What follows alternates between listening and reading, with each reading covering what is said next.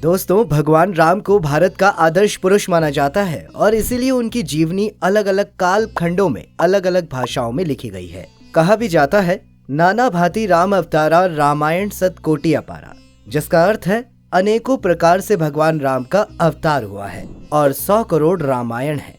ऐसा एक संत कहते थे। महर्षि वाल्मीकि द्वारा लिखित रामायण सबसे प्रमाणित है, लेकिन विश्व में 300 से ज्यादा रामायण उपलब्ध है। वैसे तो रामायण में कई पात्र हैं, जिनमें मंथरा का नाम भी आता है। हालांकि इसे कलंकित और अच्छा नहीं माना जाता है, लेकिन ये एकमात्र ऐसा पात्र है जिसके बिना पूरी रामायण अधूरी है। दोस्तों, दासी मंथरा को राम से ही विरोध क्यों है और क्या है इसका कारण?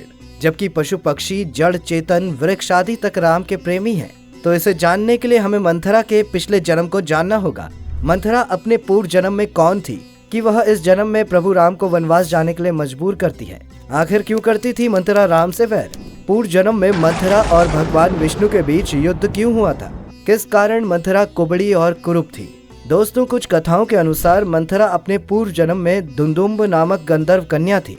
लोमश ऋषि के अनुसार मंथरा पूर्व जन्म में प्रहलाद के पुत्र विरोचन की पुत्री थी। वहीं वाल्मीकि रामायण में से इंद्र द्वारा भेजी गई अप्सरा माना गया है, जो भगवान राम को वनवास दिलाने आई थी। दोस्तों, इस वीडियो में मंथरा के बारे में जो बताया जा रहा है वह तेलुगु भाषा के रामायण रंगनाथ रामायण से लिया गया है। राक्षस राजा हिरण्यकश्यप का पुत्र प्रहलाद के पुत्र का नाम विलोचन था। हम सभी जानते हैं कि प्रहलाद भगवान विष्णु का परम भक्त था और उसी कारण उसका पुत्र भी भगवान का भक्त बना। नरसिंह अवतार में जब भगवान विष्णु ने हिरण्यकश्यप का वध किया तो अपने पिता की मृत्यु के बाद भक्त प्रहलाद राजा बने। उन्होंने भगवान विष्णु की भक्ति के साथ साथ अपनी कुल परंपरा के अनुसार ही शासन किया और राक्षस भी उसी परंपरा के साथ रहने लगे। अब अंतर ये था कि राक्षस भी भगवान विष्णु को अपना आराध्य देवता मानते थे और इसी कारण उन्हें भगवान शिव और भगवान विष्णु दोनों का आशीर्वाद प्राप्त होने लगा। लेकिन जन्म से ही राक्षस होने के बाद भी वैष्णव बनने से उनके अंदर सद्गुण आ गए थे। अधिकांश राक्षस शाकाहारी और नियमित संध्या उपासक थे। अब धर्म बढ़ता ही जा रहा था, अधर्म खत्म होता जा रहा था।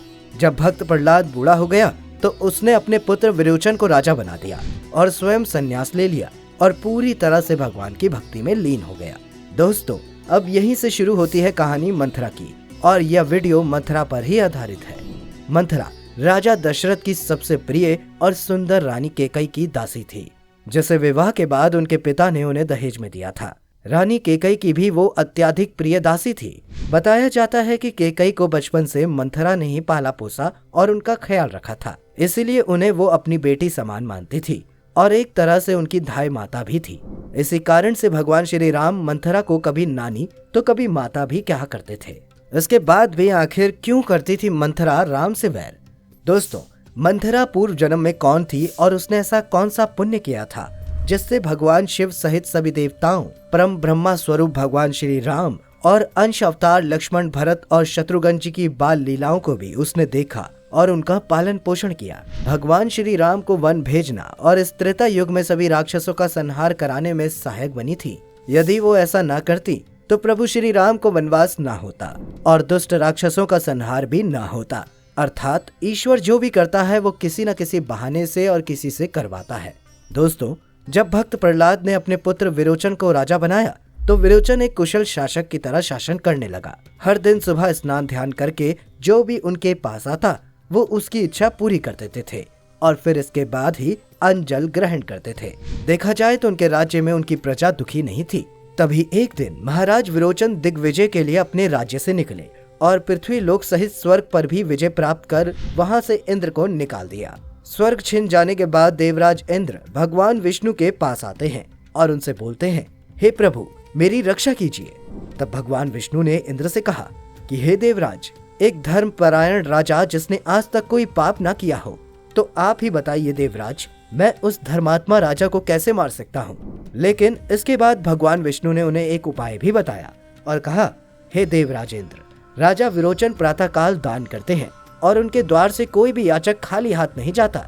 यदि आप उनसे दान में स्वर्ग मांगेंगे तो वह हंसते हुए आपको स्वर्ग भी दे देंगे। अगले दिन सुबह देवराज इंद्र एक ब्राह्मण का भेष बनाकर विरोचन के पास जाते हैं और वहां जाकर इंद्र के मन में कपट की भावना आ जाती है। उन्होंने सोचा कि दान में मिला स्वर्ग होने के कारण मुझे कोई नहीं पूछेगा, मेरी पूजा भी कौन करेगा। तब इन्होंने दान में राजा विरोचन का सिर मांगने का निश्चय किया। और फिर इंद्र ने राजा से दान लेने के पहले कहा कि आप दान देने से पहले संकल्प करें कि मैं जो मांगूंगा आप मुझे देंगे।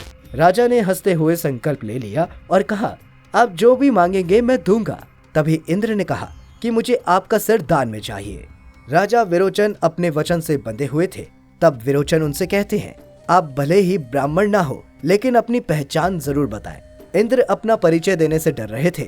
तब विरोचन ने कहा कि हे प्रभु, यदि मैंने सच्ची श्रद्धा से आपकी पूजा की है और जीवन में कोई पाप नहीं किया है तो इस ब्राह्मण बने मनुष्य का असली चेहरा मेरे सामने आ जाए। और इतना कहते ही ब्राह्मण बने इंद्र सामने आ गए। महाराज विरोचन ने हंसते हुए कहा, हे इंद्र, आपने छल से मेरा सिर मांग लिया है, लेकिन आपके इस पाखंड का बदला मेरी संतान अवश्य लेगी। इतना कहकर महाराज विरोचन ने अपने हाथ से अपनी गर्दन काटकर इंद्र को दान कर दी।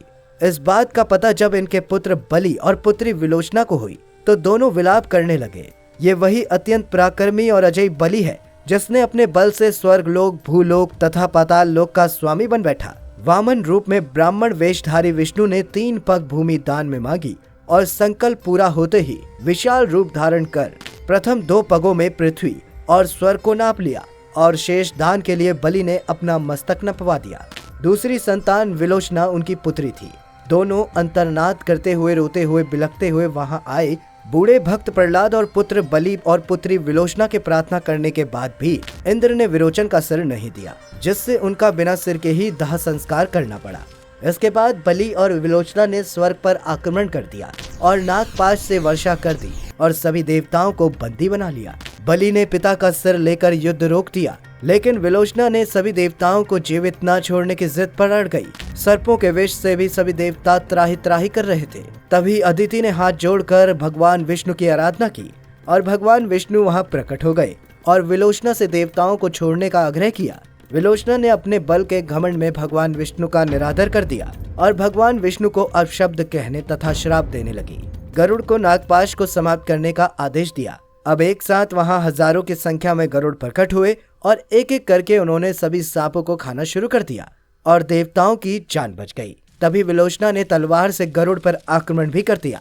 ये देख एक साथ कई गरुड़ उस पर टूट पड़े। इतने सारे पक्षी और अकेली राजकुमारी गरुड़ से कैसे बच पाएंगी? गरुड़ सेना की चोंच के प्रहार से विलोचना का शरीर छित्र भित्र हो गया। उसकी आंखें और दांत टेढ़े मेढ़े हो गए और वह भयानक सी हो गई और कई गरुड़ उसकी पीठ को नोचने लगे, जिससे उसकी पीठ में भयानक घाव हो गया जो फूल कर गठरी बन गया। इस कारण उसकी कमर झुक गई और उसका चेहरा भयानक हो गया। इसके बाद देवताओं और दानवों का युद्ध समाप्त हो चुका था। देवताओं का स्वर्ग पर नियंत्रण था और राक्षस पृथ्वी और पाताल दोनों के स्वामी बन गए थे। राजकुमार बलि राजा बन चुके थे, लेकिन इधर राजकुमारी विलोचना की भयानक शक्ल हो जाने के कारण लोग उनका मजाक उड़ाते थे। इस दुख से परेशान होकर राजकुमारी सुबह, शाम, दोपहर और रात नियमित रूप से केवल भगवान विष्णु को अशब्द कहती थी और जब उसकी मृत्यु हुई तो मरते समय भी वो अपने कुबड़ और कुरूप चेहरे को याद कर रही थी।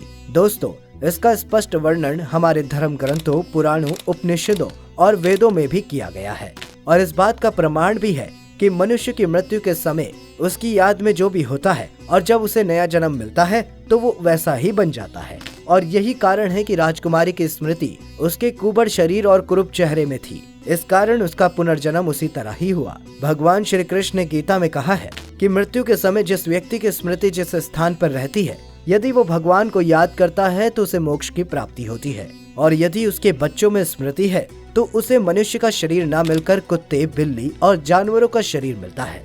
दोस्तों, मैं आपको बता दूं कि पिछले जन्म में विलोचना ने वैर भाव से भगवान को याद किया था, तभी भगवान ने उन्हें अपने बाल और वे सभी सुख दिए जो हजारों वर्षों की तपस्या के बाद भी प्राप्त नहीं होते। पिछले जन्म में उसने भगवान विष्णु से शत्रुता रखकर अपने प्राण त्याग दिए थे और इस जन्म में भी मंथरा की श्री राम से शत्रुता का कारण बना।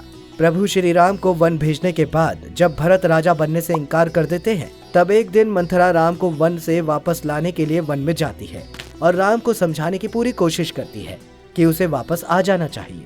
वो जंगल में पागलों की तरह इधर उधर भटकती है और जंगल में उसे एक धधकती हुई दावगरी दिखाई देती है। ब्रह्मवश उस आग को वो ज्योति स्वरूप राम मानकर उसमें प्रवेश कर जाती है और अपने पार्थिव जीवन से मुक्ति पा लेती है।